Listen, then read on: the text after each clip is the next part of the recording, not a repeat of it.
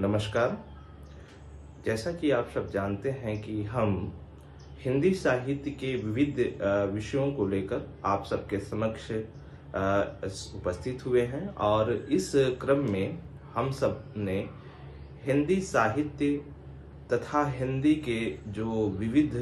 स्वरूप है, जो हिंदी के विविध मानक हैं, उन पर एक एक करके बातचीत कर रहे हैं और समझने की भी कोशिश कर रहे हैं कि ये हिंदी को किस तरीके से व्यापक भूमि प्रदान करने में अपनी महती भूमिका निभाते हैं। क्योंकि आज का साहित्य जो साहित्यिक रूप है, जो साहित्यिक स्वरूप है, वो विमर्शों के केंद्र बिंदु में दिखाई पड़ रहा है। क्योंकि विमर्शों की जो रूपरेखा है वो आंदोलन से निकली है और आंदोलनरत होकर जिस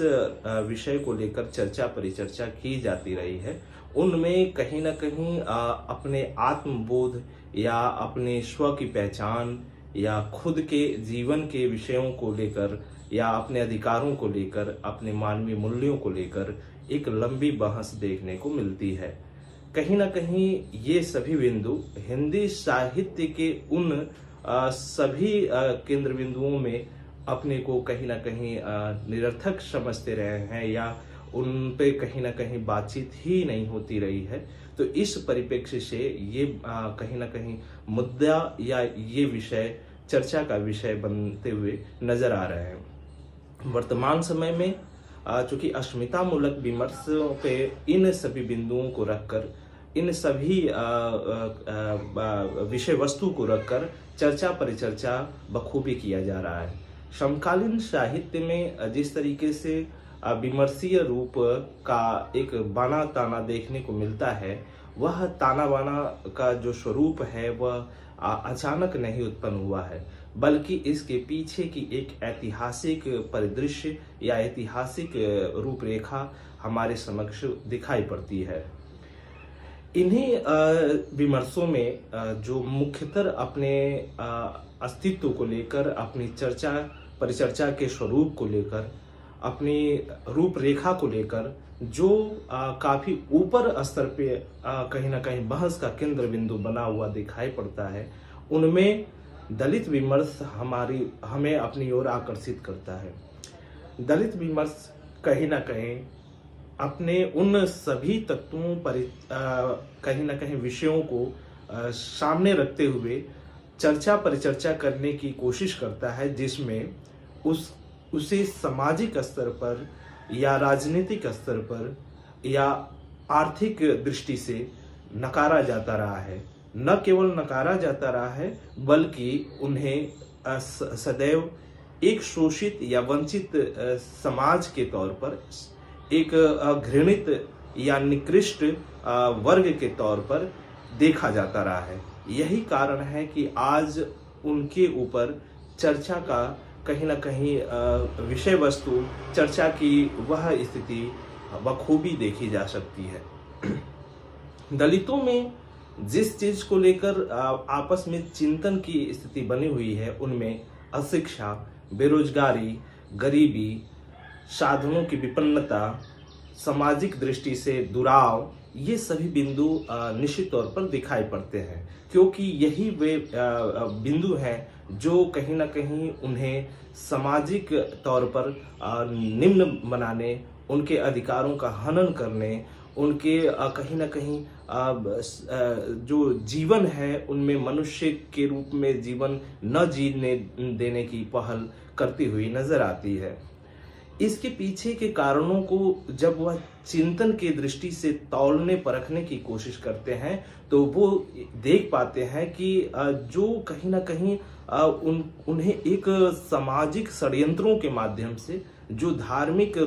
रूढ़िवादिता है उसके माध्यम से कहीं ना कहीं इन्हें शोषित करने का, परेशान करने का, विचलित करने का कोशिश निरंतर की जो सामाजिक वर्ग है, जो जिसमें उच्च वर्ग की एक रूपरेखा है, उसके माध्यम से किया जाता रहा है। यही कारण है कि अपने ऊपर हो रहे छलाव, शोषण, रूढ़िवादी जो सोच है या मानसिकता है, अंधविश्वास है, जो परंपराओं के प्रति लगाव है, धार्मिक जो आडंबरे हैं जिनको सामने रखकर उनके साथ सदैव छलाव किया जाता रहा है, उन सभी के प्रति एक कटाक्ष करते हुए, विद्रोह करते हुए, विरोध करते हुए वो नजर आते हैं। साथ ही साथ वो इस वर्ण व्यवस्था में जो भाग्यवाद है, जो ईश्वर की जो प्रतिष्ठा है, जो अनात्मावाद, कहीं ना कहीं पाखंड, कर्मकांड या पूंजीवाद व बाजारवाद के का जो एक तरह से रूपरेखा है, जिसमें सांप्रदायिकता का भाव दिखाई पड़ता है, ये सभी पहलू के प्रति वो अपनी एकजुटता के साथ विद्रोह करते हुए नजर आते हैं तथा समाज में समानता, स्वतंत्रता, बंधुत्व स्थापित करने की पूरी कोशिश करते हुए मनुष्य को ही सर्वोपरि मानना और मनुष्य को कहीं ना कहीं ऊंचा स्थान देना, यही उनकी पहल है। वो मानवीय गुणों से संपन्न समाज को अपने इर्द गिर्द देखना चाहते हैं। वो अपने सभी उन खोई हुई अस्मिताओं को, उन खोए हुए अधिकारों को, उन खोए हुए मूल्यों को प्राप्त करने की पहल करते हैं। यही उनकी सोच, यही उनकी दृढ़ इच्छा इस साहित्य को चर्चा के केंद्र बिंदु में आज रखते हुए कहीं ना कहीं विमर्श के उन केंद्र बिंदुओं की ओर ले हमारा ध्यान आकर्षित करती है। तो निश्चित तौर पर जो दलित साहित्य है, उसकी रूपरेखा, उसके जो मानक हैं, उसकी जो भावभूमि है, इसको हम यहाँ बखूबी समझ पाते हैं। कुछ बिंदुओं के माध्यम से हम दलित साहित्य या दलित विमर्श के उन सभी तत्वों को देख पाएंगे और यह जान पाएंगे कि किस तरीके से दलित शब्द अपने आप में व्यापक एक रूप रखता है। दलित जो है शब्द, वो किसके लिए प्रयोग किया जाता है, दलित का तात्पर्य क्या है। साथ ही साथ यह भी जानेंगे कि जो दलित चेतना है वह क्या होती है, दलित संवेदना से क्या तात्पर्य है। और अंतोगत्वा हम दलित साहित्य को पढ़ते हुए इस विषय श्रेणी को हम यही विराम देंगे। तो एक निवेदन, यदि आप इस चैनल को अब तक सब्सक्राइब नहीं किए हैं तो मैं आशा करता हूं कि आप इसे सब्सक्राइब जरूर करेंगे तथा अन्य मित्रों तक ये पहल पहुंचे,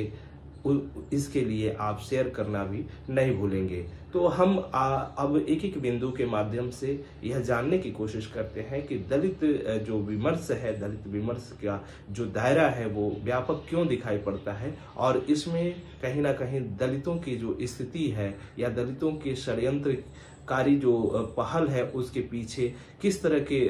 सामाजिक जो बिंदु हैं, सामाजिक जो तत्व हैं वो काम करते हैं। इसको हम एक एक करके समझने की कोशिश करते हैं। इसके लिए हम स्क्रीन पे चलते हैं और फिर उसके माध्यम से एक एक बिंदुओं को समझते हैं।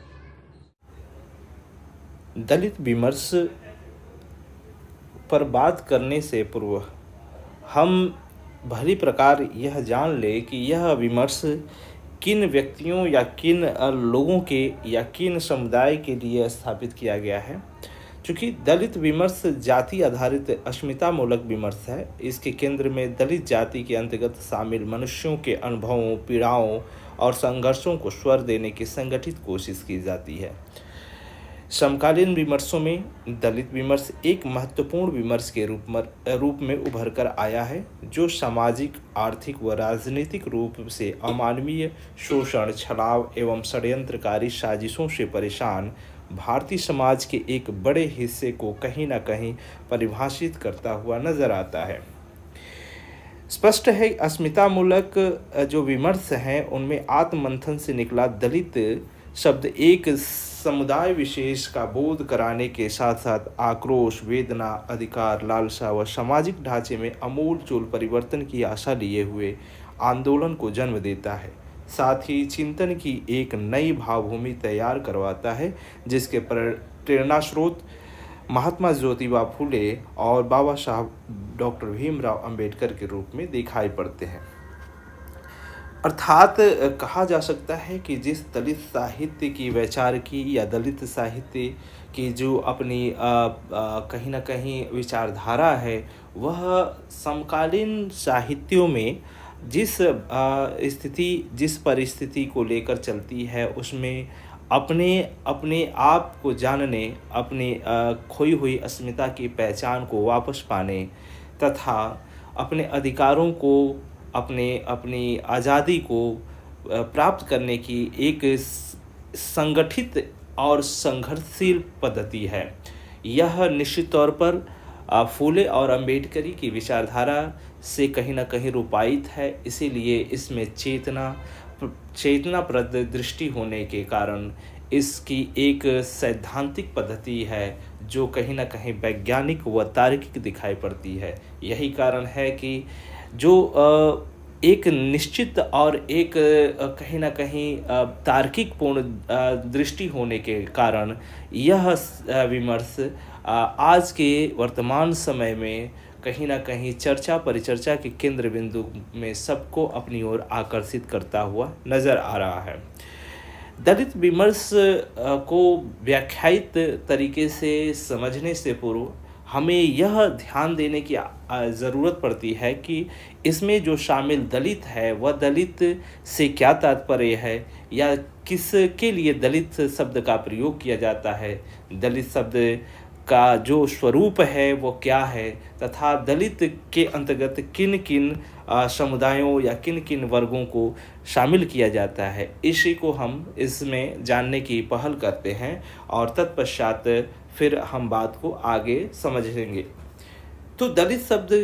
की अर्थ और परिभाषा को जानने के क्रम में हम यहाँ जानने की कोशिश करते हैं कि दलित शब्द से क्या तात्पर्य है। तो दलित शब्द की परिभाषा या दलित शब्द के अर्थ को जानने के क्रम में हम देखते हैं कि जो दलित शब्द है वह एक व्यक्ति अथवा समुदाय विशेष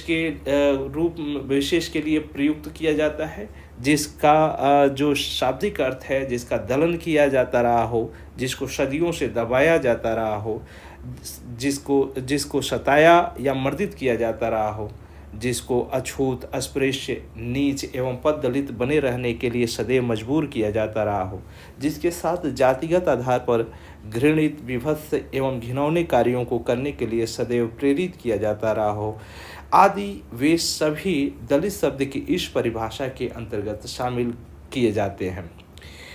इस संबंध में मराठी दलित साहित्यकार शरण कुमार लिंबाले दलित शब्द को परिभाषित करते हुए लिखते हैं कि दलित वह है जिस पर अस्पृश्यता का नियम लागू किया गया है, जिसे कठोर और गंदे कार्य करने के लिए बाध्य किया जाता रहा है, जिसे सदैव शिक्षा ग्रहण करने और स्वतंत्र व्यवसाय करने से मना किया गया है, जिन पर शहूतों ने सामाजिक नियोग्यताओं की संहिता लागू की, वही और वही दलित है। स्पष्ट है कि शरण कुमार लिंबाले ने अपनी परिभाषा में जिस दलित शब्द की व्याख्या करते हुए यह बताने की कोशिश की है कि किस तरीके से दलित वह व्यक्ति या वह समुदाय को कहीं ना कहीं इस परिभाषा के अंतर्गत शामिल किया जा सकता है, जो समाज में अत्यंत घृणित, निंदनीय और विभत्स तरीके के जो क्रियाकलाप हैं करने के लिए उन्हें कहीं ना कहीं स्वीकृति मिली है, कहीं ना कहीं उन्हें अमानवीय शोषण या अमानवीय तरीके के क्रियाकलापों को कहीं ना कहीं प्रश्रय दिया जाता है, उनसे गंदे काम या कठोर काम कराया जाता है, तथा जिन्हें शिक्षा से तो दूर रखा ही गया, साथ ही किसी प्रकार के व्यावसायिक क्रियाकलापों से सदैव वंचित रखने की एक सोची समझी साजिश की जाती रही है।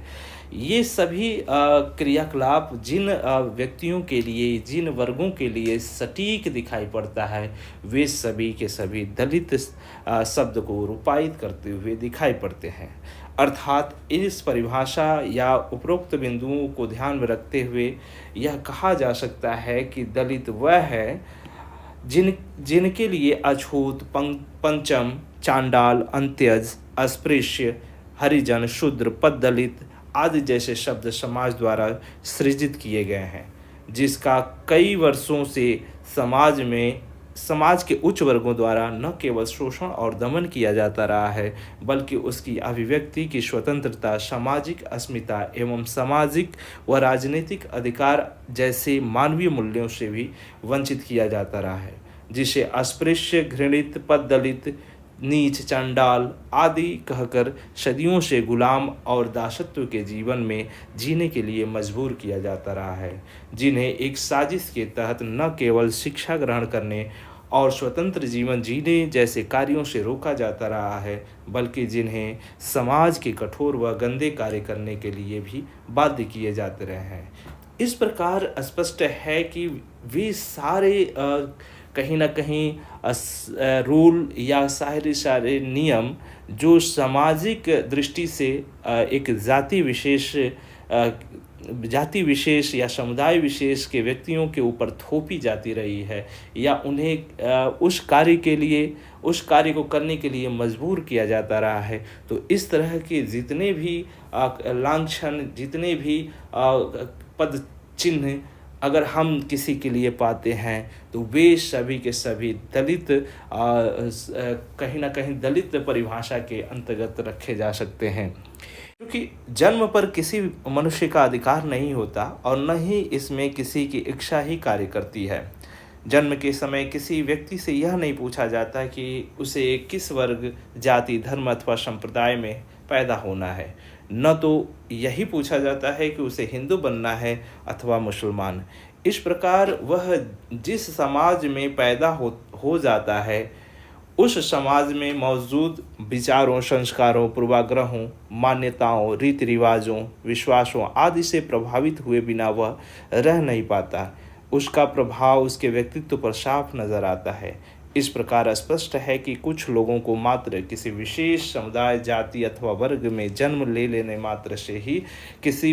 विशेष अधिकार के रूप में यह मिल जाना कि वह दूसरों की गुलामी, दूसरों का दासत्व, दूसरों की सेवा टहल अथवा घृणित व निकृष्ट कार्य करने के लिए ही पैदा हुए हैं, इसीलिए उन्हें आजीवन इसी कार्य में रत रहना पड़ेगा। निश्चित तौर पर यह इस तरह की विचारधारा अत्यंत निंदनीय और क्षुद्र सोच को बतलाती है। चूँकि हमारी सामाजिक जो व्यवस्था है, सामाजिक संरचना है, वह निश्चित तौर पर इस प्रकार से बनी हुई दिखाई पड़ती है, जिसमें एक खास वर्ग या खास समुदाय में यदि कोई व्यक्ति पैदा लेता है या जन्म ले लेता है, तो वह उस समाज के, उस वर्ग की सारी विशेषताओं को न केवल अपने ऊपर ओढ़ता हुआ नजर आता है, बल्कि जो समाज के अन्य जो वर्ग हैं, जो सवर्ण वर्ग है, उनके लिए वह कहीं ना कहीं शूद्र, कहीं ना कहीं गुलाम, कहीं ना कहीं दासत्व जीवन जीने के लिए कहीं ना कहीं प्रेरित नजर आता है। यही कारण है कि वह सदियों से अपने ऊपर हो रहे छलाव, अपनी दासत्व भरी जो सोच है, जो मन में डर है, जो कहीं ना कहीं अपनेपन के भाव में कहीं ना कहीं संकुचन है, उसकी स्थिति बराबर दिखाई पड़ती रही है। क्योंकि वर्ण व्यवस्था स्वरूप के रूप में जो हिंदू धर्म ग्रंथ व शास्त्रों का मत है कि चारों वर्णों की उत्पत्ति प्रजापति ब्रह्म के निम्न अंगों से हुआ है, जिसमें ब्रह्म के मुख से उत्पन्न होने के कारण ब्राह्मणों को मनुष्य में सर्वोच्च स्थान प्राप्त है, वहीं दूसरा स्थान क्षत्रियों को प्राप्त हुआ है, जो ब्रह्मा के भुजा से उत्पन्न हुए हैं। इसी प्रकार वैश्य को तीसरा, जो कि ब्रह्मा के जंघा से उत्पन्न हुए हैं, और चौथे तथा अंतिम पायदान पर शूद्रों को स्थान दिया जाता है, जो ब्रह्मा के सबसे निचले स्थान अथवा पैर से उत्पन्न हुए हैं। इन्हें न केवल इस सामाजिक ढांचे में ही निचले स्तर पर रखा गया है, बल्कि इन्हें अपने ऊपर के तीनों वर्णों की सेवा टहल हेतु बिना किसी पारिश्रमिक के सदैव व्रत रहने की जिम्मेदारी भी सौंपी गई है। यह एक जो वर्ण व्यवस्था की खामी है, जो हमारे हिंदू धर्म जो शास्त्र या धर्म संगत जो विचारधारा है, उनमें जिस नियम या जिस पैमाने को कहीं ना कहीं अतिरंजित किया गया है, जिसको बताने की कोशिश की गई है, उसमें इसी तरह की जो व्यवस्था वर्षों से चली आ रही है, जिसके कारण जो एक खास वर्ग है वो कहीं ना कहीं अपने सर्वोच्च सामाजिक स्तर पर ठहरता हुआ नजर आता है, तो वहीं पर एक वर्ग ऐसा है जो अपने को नीचे स्तर पर स्थापित कर पाता है। और यही कारण है कि दोनों के बीच एक इतनी बड़ी खाई दिखाई पड़ती है, जिसका कहीं न कहीं स्रोत ही नहीं मिलता, और न ही कहीं न कहीं उन दोनों के बीच मानवीय संबंधों को ही रूपायित रूप में देखा जा सकता है। तो इस तरह की खाई का जो एक तरह से अलगाव है, एक तरह से दोनों के बीच की परिपाटी है, वह दोनों के विचारधाराओं में तो अंतर करती ही है, साथ ही साथ उन दोनों के बीच में कहीं न कहीं आपसी वैमनस्य की स्थिति को भी उत्पन्न करने की कहीं न कहीं कोशिश करती है, नज़र आती है। वेद शास्त्रों में यह भी मान्यता है कि शूद्र सबसे निचले स्तर पर इसलिए रखे जाते हैं क्योंकि उनके पूर्व जन्म के कर्म अच्छे नहीं रहे हैं। अपने पूर्व जन्म में किए गए कर्मों के अनुसार ही वे इस जन्म में शूद्र के रूप में जन्म लेकर अपने कर्मों के अनुसार किए हुए पाप को भोगने के लिए जिम्मेदार होते हैं। यह एक बड़ी चिंतनीय कहीं न कहीं सोच है, कहीं न कहीं इस पे विचार करना अति ज़रूरी महत्व समझ में आने लगता है, क्योंकि किसी एक ख़ास व्यक्ति या किसी एक ख़ास वर्ग में पैदा हो जाने के बाद जो दलित हैं उनको कहीं न कहीं यह मान लिया जाता है कि दलित समुदाय या दलित वर्ग में पैदा होना उनके कर्म फल, जो पूर्व जन्म में किए गए कर्म फल है, उसकी कहीं न कहीं परिणति है। यही कारण है कि वह अपने पूर्व में किए गए पापों को भोगने के लिए इस जन्म में शूद्र के घर पैदा हुए, और यही कहीं न कहीं उनकी नियति है, यही कहीं न कहीं उनका भाग्य का अपना रोना है। तो इस तरह की सोच वेद शास्त्रों के माध्यम से कहीं न कहीं चिंता की स्थिति को उत्पन्न कराता है, जो कहीं न कहीं निंदनीय भी है और सोचने के लिए विवश भी करती है। यही कारण है कि भाग्यवादी प्रवृत्ति, पाप पुण्य जैसे सोच, आत्मा परमात्मा के बंधन से स्वयं को बांधे रखना, स्वर्ग नरक की कल्पना, ईश्वर की सत्ता को सबसे शक्तिशाली मानना आदि जैसे शास्त्रीय पहलुओं में भटकता दलित कहीं न कहीं अपने दयनीय जीवन को बनाए रखने एवं उसे अपनी नियति समझते हुए जीने के लिए सदैव मजबूर करता रहा है। यही कारण है कि एक तरफ जहाँ उसे अमानवीय कार्यों को करने हेतु मजबूर बना रहना पड़ता है, वहीं दूसरी ओर गरीब, पीड़ित, भूखमरी, बदहवाली जैसे जीवन के जीने के लिए सहस्र स्वीकार भी करना पड़ता है। लेकिन जैसे ही उनमें चेतना का प्रभाव फैलता है, वैसे ही वे इन सभी अमानवीय षड्यंत्रों, साजिशों, उलझनों एवं कृत्यों को न केवल समझने लगते हैं, बल्कि इनको दूर करने के लिए एकजुट होकर कहीं न कहीं सामना करते हैं। तो यह स्पष्ट है कि जो भी इनके प्रवृत्तियों में, जो भी इनकी सोच में अपने इन होने के भाव को, जैसे भाग्यवादी होना, ईश्वर के प्रति आस्था का जो भाव होना, जन्म मरण में विश्वास रखना या स्वर्ग नरक की कल्पना, ये सभी जो वेद शास्त्रीय जो पद्धति है, जो कहीं न कहीं उन्हें परंपरागत या रूढ़िगत स्तर पे मजबूर करती रही है कि इस तरह से उन्हें सोचे इस तरीके से अपने को वो परिणित करें, बनाएं। और यही कारण है कि वो सामाजिक रूप से जितने भी छलाव के स्वरूप हो सकते हैं, उन सभी के कहीं न कहीं केंद्र बिंदु में वो अपने को छले जाते रहे हैं। तो यह कृत्य जब उनके अंदर चेतना का विकास होता नजर आता है, जब वह फूले अम्बेडकरी चिंतन पद्धति को कहीं न कहीं अपने अंदर आत्मसात करते हुए चेतनाप्रद हो जाते हैं, तो वही कहीं न कहीं उन्हें एक दृष्टि प्रदान करती है, और तब जाकर वह इन सभी रूढ़िगत जो परंपरावादी जो सोच है, जो एक पहलू है, उनको दूर करने की कोशिश करते हैं। और सिर्फ दूर ही करने की कोशिश नहीं, बल्कि उनके विरुद्ध जितने भी षड्यंत्रकारी पहलू हैं, जितने भी उनके पीछे के कारण हैं और जिनसे इन्हें प्रश्रय मिलता रहा है, उन्हें भी वह कहीं न कहीं अपने जीवन से मुक्त करने की पुरजोर कोशिश करते हुए नजर आते हैं। यहाँ हमें एक शब्द जो कि बहुत ही जानना और समझने की पहल करता है, उसे समझ लेना ज़रूरी है, जिसमें दलित चेतना एक महत्वपूर्ण आयाम को परिभाषित करता हुआ नज़र आता है, क्योंकि दलित चेतना ही वह स्तर है, वह बिंदु है जहाँ से कहीं न कहीं दलित जो चिंतन धारा है, दलित जो विचारधारा है, उसको एक आश्रय मिलता है, उसको एक स्थान मिलता है और सोचने समझने की एक दृष्टि प्रदान होती है। तो दलित चेतना को जानने से पूर्व हमें चेतना को सबसे पहले समझ लेना है कि चेतना क्या होती है, तत्पश्चात हम दलित चेतना को देखेंगे। चेतना का सीधा सा अर्थ है दृष्टि होती है, यानी इसका सीधा सा अर्थ दृष्टि से है, जो जिसमें किसी घटना, तथ्य और विषय वस्तु को देखने, परखने व समझने का प्रयास किया जाता है। अर्थात किसी घटना, दृश्य, विषय आदि को देखने का जो नज़रिया होता है, उसमें आई समझ होती है, उसकी चेतनाप्रद बुद्धि को ही कहीं न कहीं बताने की जो पद्धति है, जो बताने का तरीका है, वही चेतना कहलाती है। वस्तुतः हम जानते हैं कि मनुष्य एक सामाजिक प्राणी है। इस प्रकार प्रत्येक मनुष्य के आसपास कोई ना कोई घटना, परिघटना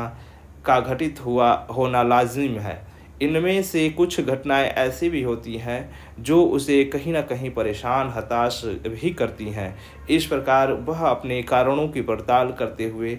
उसके भूत, भविष्य और वर्तमान पर चिंतन करता हुआ नजर आता है। चिंतन करते हुए आत्ममंथन के क्रम में वह बहुत सारे दृष्टिकोणों से उसका मूल्यांकन करता है। इस तरह एक नए निष्कर्ष की खोज में वह अपने को फलित पाता है। यही चिंतन धारा कहीं न कहीं उसे चेतनाप्रद सोच को उत्पन्न करने में मदद करती है। तो कुल मिलाकर यह कहा जा सकता है कि जो चेतना है, वह चेतना कहीं न कहीं व्यक्ति को एक दृष्टि प्रदान करती है, ऐसी दृष्टि जो उसके साथ हो रहे छलाव, जो उसके साथ हो रहे कहीं न कहीं आसपास घटने वाले उन सभी घटनाओं के पीछे के कारणों को समझने की एक दृष्टि, और कहीं न कहीं उनके अंदर आत्ममंथन करने की एक सचेत चिंतन धारा को प्रवाहित करने में कहीं न कहीं उत्तरदायी होती है। तो यह चेतना कहीं न कहीं किसी भी व्यक्ति को पट खोलने या उसकी दृष्टि को खोल देने की पहल करती है। यही कारण है कि चेतना के लिए जो कुछ शब्द गढ़े गए हैं, उनमें बोध, प्रज्ञा, ज्ञान, चिंतन, जागृति, स्मृति, होश आदि जैसे इस तरह के जीवन के जो अर्थ को कहीं न कहीं परिभाषित करते हैं, वे शब्द इसमें शामिल किए जाते हैं। वस्तुतः चेतना का सीधा सा संबंध किसी के अंदर जागरूकता लाना अथवा जागृति का विकास होने से है। चेतना मनुष्य को हर स्थिति में जागरूक बनाने का कार्य करती है। यह उसे प्रत्येक तत्व, विषय, घटना आदि के ऊपर भली भांति सोचने, समझने एवं उसके कारणों को जानने हेतु एक दृष्टि प्रदान करती है। तो कुल मिलाकर यह कह सकते हैं कि चेतना का तात्पर्य एक दृष्टि से है, जो किसी भी घटना, परिघटना या दृश्य को देखने के बाद उसे सोचने, समझने या कहीं न कहीं उस पे अपनी एक समझ विकसित करने की पहल करवाती है। तो अब हम दलित चेतना को देखते हैं कि दलित चेतना, चूँकि हम जानते हैं कि दलित जो है वो जातिगत आधार की लड़ाई है, जातिगत स्तर पे जो उसे जाति दंश की पीड़ा या कष्ट, जो कहीं न कहीं दुख है, जो उसकी एक पीड़ा है, उससे जो उपजी एक आत्मग्लानि या कहीं न कहीं हीनता का जो बोध है, उसको व्यक्त कराता है। तो दलित चेतना का क्या उसमें योगदान होता है, उसी को हम यहाँ देख रहे हैं। तो दलित चेतना वस्तुतः जाति और वर्ण आधारित शोषण प्रक्रिया को समझने हेतु एक दृष्टि प्रदान करती है, अर्थात उनके साथ शोषण कैसे किया जा रहा है, उनके पीछे के कारण क्या क्या हैं, उन कारणों को प्रश्रय देने के वाले तत्व कौन कौन से हैं तथा इनसे कैसे बचा जा सकता है आदि जैसे पहलुओं पर विचार करने, उनको सोचने, समझने तथा उन पर एक दृष्टि प्रदान करने की पहल इस दलित चेतना के माध्यम से मिलती है। दलित चेतना का दार्शनिक और वैचारिक आधार स्रोत गौतम बुद्ध रहे हैं। महात्मा बुद्ध भारतीय इतिहास में ऐसे पहले व्यक्ति ठहरते हैं जिन्होंने न केवल वर्ण व्यवस्था के खिलाफ आवाज़ उठाई, बल्कि इसे समाज के विकास के लिए हानिकारक भी माना। तो जो महात्मा बुद्ध रहे हैं, जो ऐतिहासिक परिदृश्य से भारतीय दार्शनिक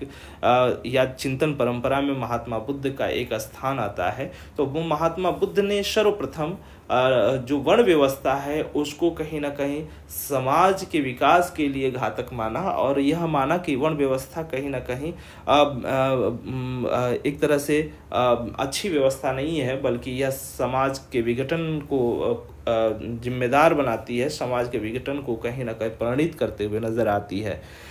यह स्पष्ट है कि जितनी भी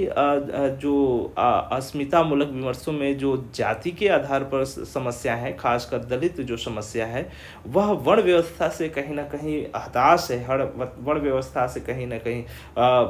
अपने ऊपर के जो शोषणकारी या मानवीय पीड़ा है उसको झेलती हुई नजर आती है। तो यही कारण है कि इसमें वर्ण व्यवस्था के विरोध में या कहीं ना कहीं वर्ण व्यवस्था को खत्म करने की एक पहल दिखाई पड़ती है। वर्ण व्यवस्था तथा सामाजिक असमानता और अमानवीय मूल्यों के खिलाफ आवाज को बुलंद करने में महात्मा बुद्ध, कबीर, रैदास जैसे संतों का योगदान स्मरणीय तो रहा ही है, वहीं 19वीं शताब्दी के उत्तरार्ध में महात्मा ज्योतिबा फुले एवं 20वीं शताब्दी के पूर्वार्ध में डॉक्टर अंबेडकर का योगदान भी सराहनीय रहा है। वस्तुतः फूले अंबेडकर ने ही इस सामाजिक विद्रूपता को पहचानने के लिए एक दृष्टि प्रदान की, वहीं इससे बचने एवं इसके खिलाफ डटकर सामना करने हेतु चेतना प्रबुद्धि को भी प्रश्रय दिया, जिससे प्रत्येक व्यक्ति अपनी अस्मिता की रक्षा स्वयं कर सके एवं सम्मान व गरिमापूर्ण जीवन जीने की ओर प्रेरित हो सके। तो कहीं ना कहीं जो फूले अंबेडकरी चिंतन धारा है, जो फूले अंबेडकरी जो एक विचारधारा है, वह कहीं ना कहीं मनुष्य को मनुष्य का दर्जा दिलाते हुए उसे कहीं ना कहीं उसके साथ हो रहे छलाव, हो रहे जो साजिश हैं, उन पे कहीं ना कहीं डटकर सामना करने की एक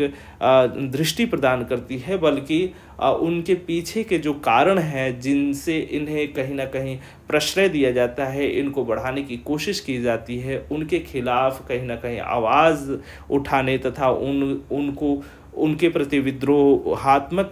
पहलू को कहीं ना कहीं प्रश्रय देने की कोशिश इस चेतना के आधार पर की जाती है। तो कुल मिला के जो दलित चेतना है वह दलितों को एक दृष्टि प्रदान करती है, एक सोचने का, तर्क करने का, एक वैज्ञानिक पद्धति कहीं ना कहीं रास्ता बताती है, जिससे वह अपनी लड़ाई खुद लड़ सकें तथा अपने साथ होने वाले उन सभी घटनाओं, परिघटनाओं, कहीं ना कहीं साजिशों के पीछे के पड़ताल को अच्छी प्रकार से कर सकें, उनके पीछे के पहलुओं को समझ सकें, ताकि उस घटना परिघटना के होने से पूर्व ही वो सावधान हो पाए। अब हम दलित संवेदना को समझते हैं। दलित संवेदना कहीं ना कहीं दलित साहित्य को रूपायित करने में अपनी एक महती भूमिका निभाता है, क्योंकि हम सब जानते हैं कि जो संवेदना होती है वह संवेदना किसी भी व्यक्ति के जो दुख है, कष्ट है, पीड़ा है, या कहीं ना कहीं जो उसके जो कहीं ना कहीं उसके नकारात्मक पहलुओं से उपजी जो हताशा है, उसके कहीं ना कहीं जैसे ही पीड़ा या दुख को उत्पन्न कराने की कोशिश करती है। तो कुल मिलाकर हम संवेदना के अर्थ को इस प्रकार से देख सकते हैं कि संवेदना का तात्पर्य है समान प्रकार की वेदना, पीड़ा, कष्ट, आभास,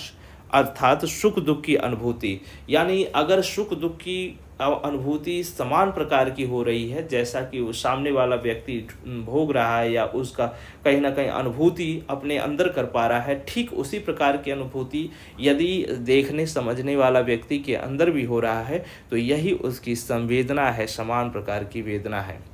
अर्थात जब किसी घटना अथवा दृश्य को देखकर उससे उत्पन्न होने वाले भाव, चाहे वह सुखात्मक हो या अथवा दुखात्मक, ठीक वैसी ही प्रतीति यदि उसके अंदर भी होती है, तो यह निश्चित तौर पर इस प्रकार की जो अनुभूति होती है वही अनुभूति जो है संवेदना को बतलाने की पहल करती है। इसमें दलित संवेदना, चूँकि दलित जीवन से जुड़ी हुई विविध पहलुओं जिसको रोज वह अपने जीवन में घटित होते हुए, जीते हुए यथार्थ रूप में न केवल देखता है बल्कि उसे भोगता हुआ नज़र आता है। तो इस प्रकार के जो यथार्थ पहलू हैं, जो सुखात्मक और दुखात्मक दोनों स्वरूपों का आभास कराते हैं, तो इस प्रकार से वो उनकी जो संवेदनाएँ हैं, जो उनके जो द्वारा जो कहीं न कहीं व्यक्त भाव हैं, वो कहीं न कहीं यथार्थ के ज़्यादा करीब दिखाई पड़ते हैं। उनमें कृत्रिमता बोध कम देखने को मिलती है, बिल्कुल न के बराबर देखने को मिलती है। क्योंकि संवेदना में कहीं न कहीं समान प्रकार की अनुभूति का होना लाज़िम है। लेकिन पूर्णतः अगर व्यक्ति खुद ही भोगने वाला है, जो खुद ही कहीं न कहीं व्यक्त करने वाला, लिखने वाला लेखक है और उस वेदना को खुद ही भोगता है, तो इस तरह से भोगे हुए यथार्थ को जब वह व्यक्त करता है, तो उसकी जो जो लेखन क्षमता होती है, जो उसकी रचनात्मक योग्यता होती है, उसमें कहीं न कहीं उस यथार्थ का पुट बिल्कुल स्पष्ट रूप में समेकित हो पाता है, स्पष्ट रूप में द्रष्टव्य हो पाता है। जबकि वहीं अगर किसी कहीं न सहानुभूतिपरक जो एक संवेदनशील व्यक्ति है, जो कहीं न कहीं किसी दृश्य या घटना को देखता है भर है और उस देखने के बाद उसे कहीं न कहीं उसे कलमबद्ध करता है, उसे लिपिबद्ध करता है, तो निश्चित तौर पर उसकी जो वेदना होती है, वह वेदना में कृत्रिमता का आना कहीं न कहीं लाज़िम हो जाता है। तो इस तरह से दलित और गैर दलित दोनों के बीच में जो संवेदना के स्तर पर लेकर जो लेखन पद्धति में अपनी एक मानकता है, उसके बीच के अंतर को स्पष्ट देखा जा सकता है। क्योंकि दलित संवेदना लोक जीवन की संवेदना है, जिसको वह प्रतिदिन भोग रहा होता है, इसीलिए इसमें प्रस्तुत अनुभूति का मर्म, वेदना का स्वरूप, पीड़ा व मानसिक छलाव की स्थिति यथार्थ स्वरूप को प्रस्तुत करते हुए नजर आती है। इसमें सामाजिक स्थिति का यथार्थ रूप बखूबी दिखाई पड़ता है। दलित संवेदना दलित चेतना से रूपायित होकर निर्मित हुई है, इसीलिए इसमें सोचने, समझने, देखने की दृष्टि, बोलचाल की शैली, हाव भाव के तौर तरीके आदि अपने यथार्थ रूप में तो मिलते ही हैं, साथ ही साथ समयानुरूप इनमें बदलाव की स्थिति भी दिखाई पड़ती है। तो यह स्पष्ट है कि चेतना के इसमें विकास हो जाने के बाद निश्चित तौर पर इसके स्वरूप में भी कहीं ना कहीं परिवर्तन हम देख पाते हैं। यही कारण है कि दलित संवेदना आज की जो संवेदना के जो दलित रूप आयाम हैं, जो दलित की जीवन स्थिति है, उसमें कहीं न कहीं परिवर्तन की स्थिति के रूप में दिखाई पड़ती है और यही कहीं न कहीं बहुत सारे लोगों को अति व्याप्ति के रूप में देखने को मिलती है, जबकि यह उचित नहीं होता। दलित संवेदना की स्थिति मौजूदा गैर दलित साहित्यकारों के द्वारा परंपरावादी व शास्त्रीय दृष्टिकोणों के रूप में दिखाई पड़ती है, तो वहीं दलित साहित्यकारों के द्वारा व्यवहारिक जीवन से जुड़ी हुई अर्थात अनुभूति पक्ष को शामिल की हुई दिखाई पड़ती है। तो कुल मिलाकर यह कहा जा सकता है कि जो दलित संवेदना है वो कहीं ना कहीं परंपरा और शास्त्रीय पहलुओं को त्यागते हुए अपने उस लोक जनजीवन जिसमें मनुष्य जी रहा है, जिन पहलुओं में अपने को पाता है, उन सभी यथार्थ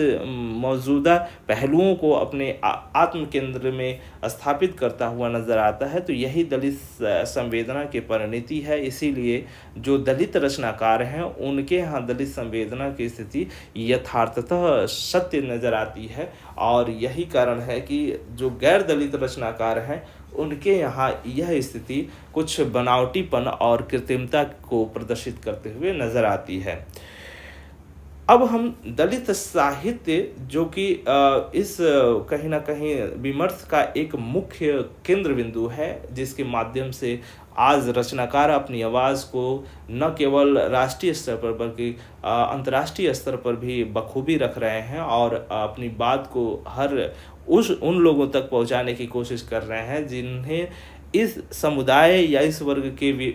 विषय में न तो जानकारी रही और न ही वह जानने की ही कोशिश करते रहे कि एक हमारे समाज में एक ऐसा भी वर्ग रहा है या एक ऐसा भी वर्ग रहता है जिसका जीवन विभिन्न प्रकार के जो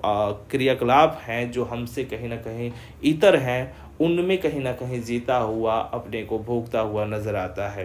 तो दलित साहित्य इन्हीं पहलुओं को, इन्हीं बिंदुओं को रेखांकित करता हुआ अपने साहित्यिक रूप में नज़र आता है। दलित साहित्य उस साहित्य को कहा जाता है जिसमें दलितों ने स्वयं अपनी पीड़ा को बाँट दी है। अपने जीवन संघर्षों में दलितों ने जिस यथार्थ को भोगा है, जिया है, अनुभूत किया है, उसे उसी रूप में रचना के माध्यम से सृजित करने की कोशिश भी किया है। तो स्पष्ट है कि दलित जो साहित्य है, वह साहित्य दलितों की अपनी खुद की पीड़ा है, जो पीड़ा उन्होंने अपने जीवन में जीते हुए भोगा, जिसको कहीं न कहीं अनुभूत किया, जिसको कहीं न कहीं अपने जीने में, अपने अपने जीवनचर्या में, अपने दैनंदिन क्रियाकलापों में देखा, समझा और भोगा, उन्हीं सभी चीज़ों का कहीं न कहीं लिपिबद्ध रेखांकन इस साहित्य के माध्यम से दलितों ने करने की कोशिश की है। दलित रचनाकारों ने दलित साहित्य के माध्यम से जिन उद्देश्यों को प्राप्त करने की कोशिश